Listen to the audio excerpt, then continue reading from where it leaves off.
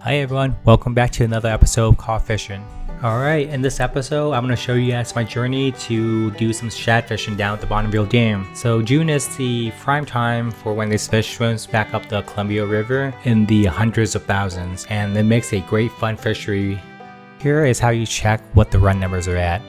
The numbers are usually at the highest towards the end of the month, but anytime where it starts to hit over 100k is prime time to start hitting the river. The state keeps a track of the counts over at the Bonneville Dam, so you can just hop on the website, search up Shad, and check out what the counts are, and you can see the historical counts as well.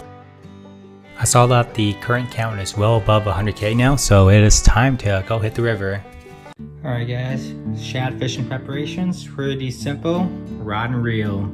Alright, these are the 9-foot-ish long medium light rods that I like to use for them. I got one spinning reel and one bait casting reel. Size reel around 2500. Bring 2 rods and reel just in case, because like for me it's a pretty long drive, so don't want to get there and have one rod break down and not have a backup. Alright, in terms of gears, this is pretty much all you need to bring. Some weights. I got the 1 ounce, 2 ounce, and a couple of small ones to, play around the depth of the river. Leader lines, got 10 pounds, 6 pounds. I think anywhere in that range is fine. And you can use any kind of monofilaments for leader. Some extra swivels, and of course the shad darts. So got here, I just picked up another bag of 100 in the 1/8 size. Probably go a little bit smaller, but the more the merrier, because you're definitely going to lose them. And like I said, when you're going with counts over 100,000, any colors is good. So I just get the cheapest one, which are these like unpainted ones. You can get a pack of 100 like these for about like $22. So yeah, that's pretty much it. One more thing, you're gonna want to make sure you prep these the night before. Tie up a couple set of leaders, so when you get out there, you can just get to it. This is a lot more convenient than having to dig out and tie everything up again. So having that is convenient. I just use a pool noodle cut up and just attach them on there. And yeah, that's good to go. And then zip it up. Alright, that's pretty much it. I'm good to go for a nice day of shad fishing. Alright, hope to see you guys out there. I wrote a blog post with more details on preparations for shad fishing that you guys can check out for more information. I'll put the link down below.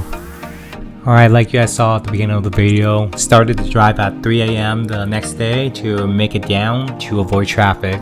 Make sure you prepare snacks, drinks, and a good playlist or podcast, because it's going to be a long ride. But at least the last third is a pretty scenic drive along the Columbia River, longer than a flight down to SoCal, a whopping 3-hour drive from Seattle. I got there at around 6 a.m. and the parking lot was already starting to fill up. Make sure you get there in time. One lesson learned is to watch for the wind. Even though the weather report said it was going to be a nice sunny day out, the wind was bone chilling. Could have definitely used a windbreaker instead of just a hoodie. So lesson learned is to bring it and to have it and not need, than to need it and not have. The wind was definitely ripping in the morning and continue on until around midday.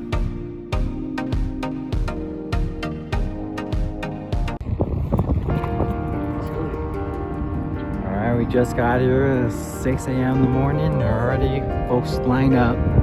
Condition looks to be good. So let's do some damage. One item I would recommend to bring is some good hiking shoe, as you have to descend on some pretty steep, long, rocky slope, as you can see here, to get down to the water. Take your time when you're walking down. Some of these rocks you step on may be loose, and one wrong slip can end in a pretty bad day. It's also extra difficult as you're carrying your gears down also, and that kind of limits your mobility and increase your injury risk if you're not careful. Nice and secure first before putting your weight on it. Oh, there you go. I would recommend you bring a backpack that can store all your gears and hold your rods in one hand and leave the other hand free if possible. Fish on, fish on. Let's go. Looking promising. Ooh, another one right here.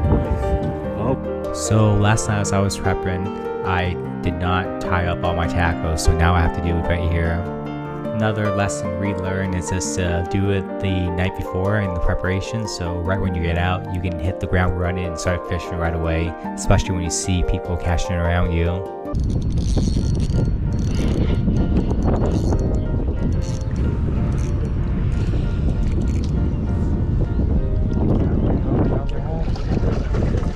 Okay, hopefully not. Yeah, mistake using bring this rod. Yeah, I thought I grabbed the medium one. But yeah, that was a good size. Sideways. Hold the rod sideways. Lift it sideways. Yeah, like that. Alright.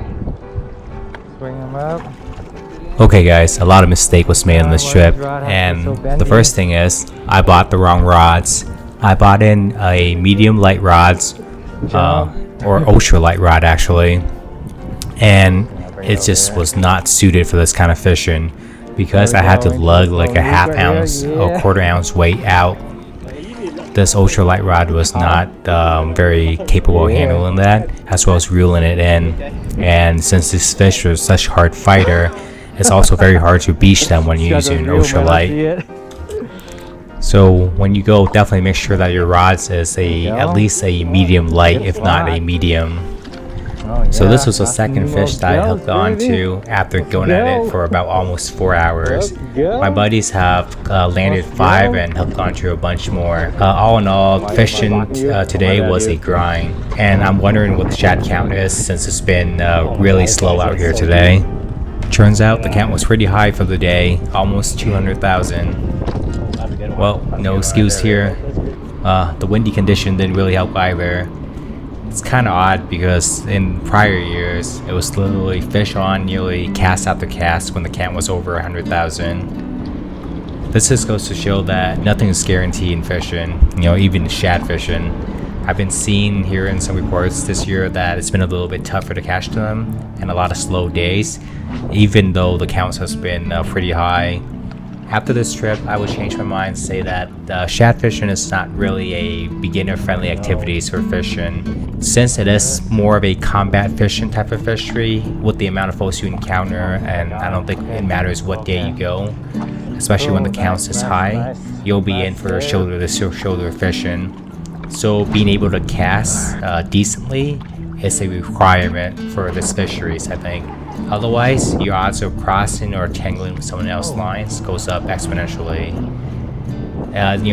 You'll still tangle, and the potential is always there, and it's just the nature of the game since you are fishing with so many people this closely together, and everyone is constantly casting. Please don't. No, it's not a snag. I don't think it's a snag. What the? What? It's not a fish. It's false alarm every time. Another thing is you should be familiar with how to use a rod and reel, and that goes back to being able to cast well and know the technique to retrieve the lure that you're throwing out. This dam is not a forgiving place to learn. The geography is ripe with snags everywhere, and there's rocks everywhere. So if you're learning how to use a rod and reel here, you're gonna have a bad time, especially with the rocky environment. This place is a capital of snag city. Even setting your lures down wrong can get you snagged. I would update my recommendations of gears to at least a medium action rod. One of the key components of this fishery is to be able to cast out and retrieve, and it's in most cases you want to get a good casting distance out in order to maximize the amount of time you spend in the strike zone.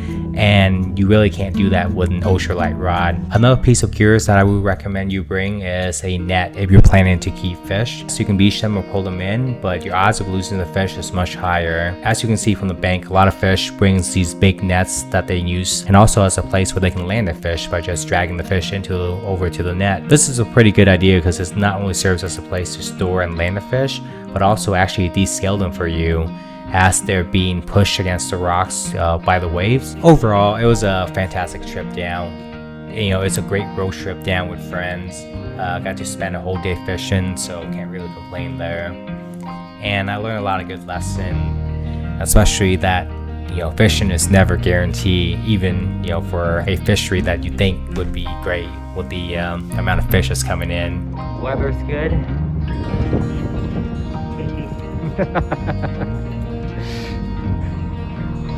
This wind's relentless. Maurice is warmed up a little bit. This morning was chilled to the bone. Alright, all packed up. Cooler, full. Alright guys, to summarize, lesson learned for this trip are: use at least a medium light or a medium rod. Dress for the worst, better to have and not need than need and not have. Bring a big net if keeping fish is in the plan. High counts doesn't necessarily mean that fish every cast. I'm pretty sure the fish are getting smarter every year. And mainly, just enjoy the fishing experience in the road trip. Catching is just extra, as usual with fishing. And of course, buckle in for the I-5 traffic on the way home every year. I'll post a link to my gears and my blog down below. Let me know if you have any questions or comments. Thanks for watching again, everyone. Until next time.